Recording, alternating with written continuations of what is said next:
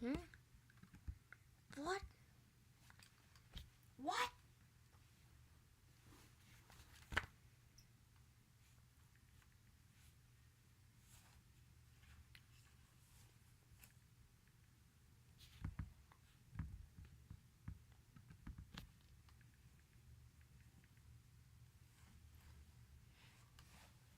How? I don't know.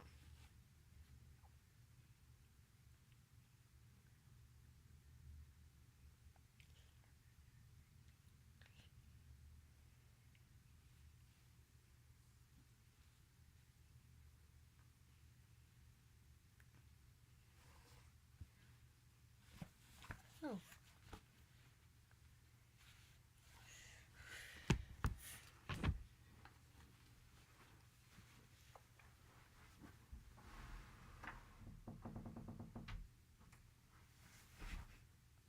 Holy cow.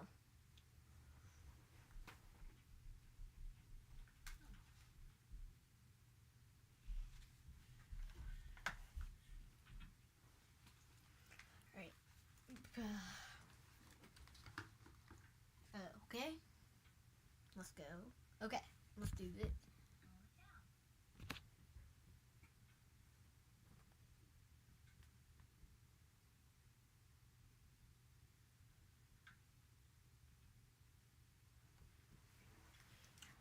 Okay.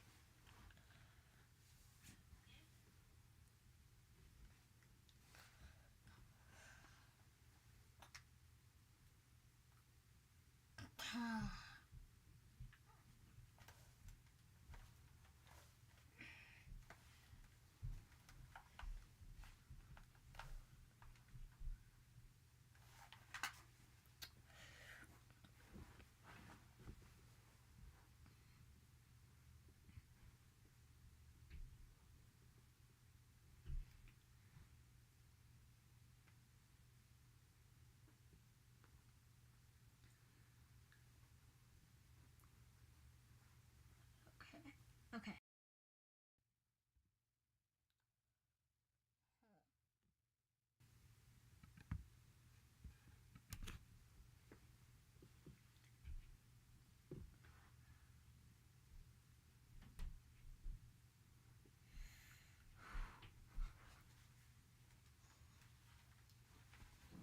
Alright, we're setting up.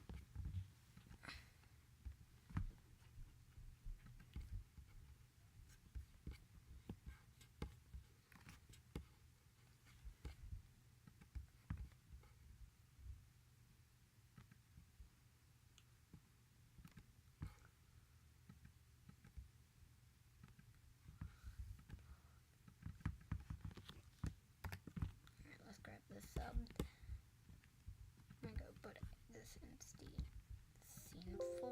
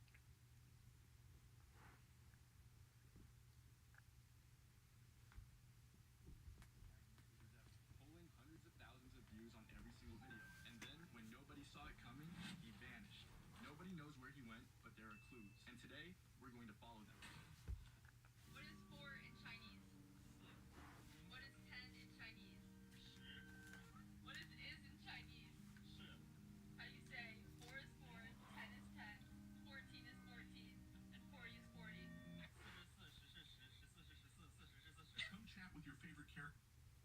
Yes, you guys read the title right. Jax VR is most likely not dead. I am not saying that he is not dead at all. It's 100% chance he's not dead. I'm not saying that. I'm saying there's like a lot of evidence that proves that he is not dead. As you see from this text right here, it shows that he is online. Also from this one, and also for this one. He's been online a whole lot. You guys may be saying, oh, what if it's his cousin or what if it's his parents? Now think about this. His cousin's on his VR, connected to his Discord, and everything. Why would his cousin be playing on his account and everything when he could just make his own and do all of that stuff? I've also had people tell me that he changed his name to Troll for 30 seconds and then changed it right back after. There's also been many reports of people seeing him in Code Creator. Okay, now we're going to talk about the parents. Now think about this. Why would your parents, first of all, be playing on your VR? Second of all, why would they be using your account? Third of all, why would they be looking at your Discord on Discord? And then fourth of all, why would your parents sound exactly like you? All of these is a lot of evidence that he's still alive. So guys, I want you to comment down, do you think he's alive or do you think he's not? Make sure to add the reason why you don't think so or you do think so. Also, if anybody has any evidence, please tell me and message me on Discord. I hope you enjoyed the video and make sure to like and subscribe. You sure about that? Peace. Yeah. Okay, so I guess we're taking the car back to the dealer then. Okay, well then, wave goodbye to your car. Bye, car. It's in.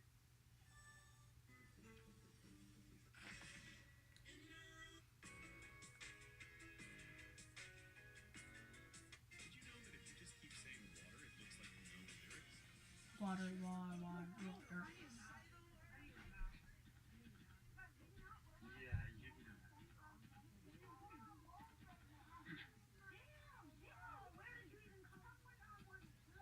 My abusive ex threatened every man who looked at me until I started dating an MMA fighter who's 6'5".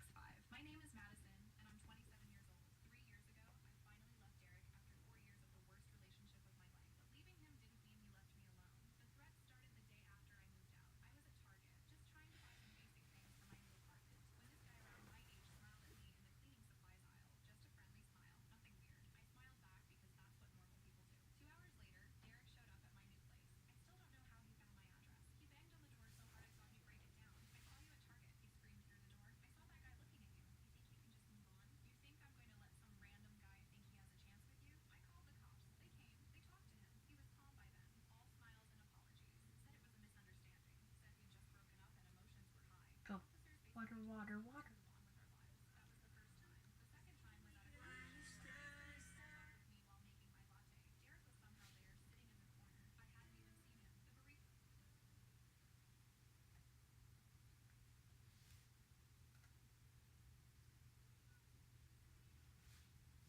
hadn't even seen him.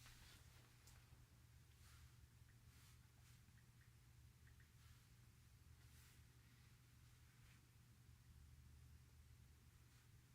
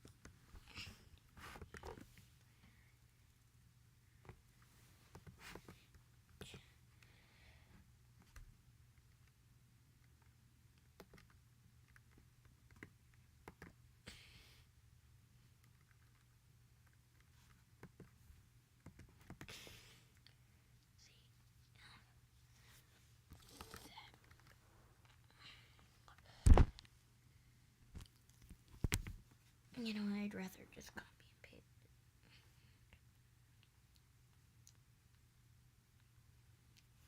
it. There we go. Okay.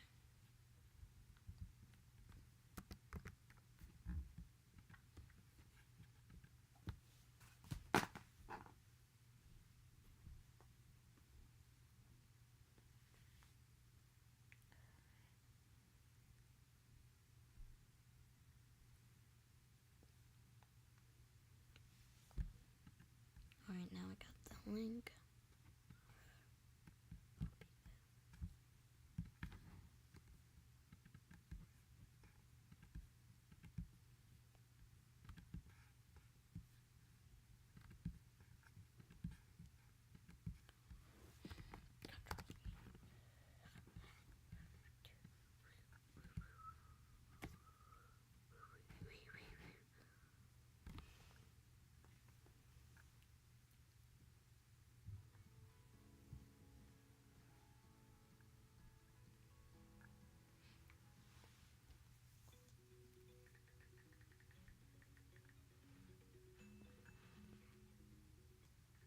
Welcome to r/entitled parents, where unentitled mother gets herself tased. Our next Reddit post is from an OK interview.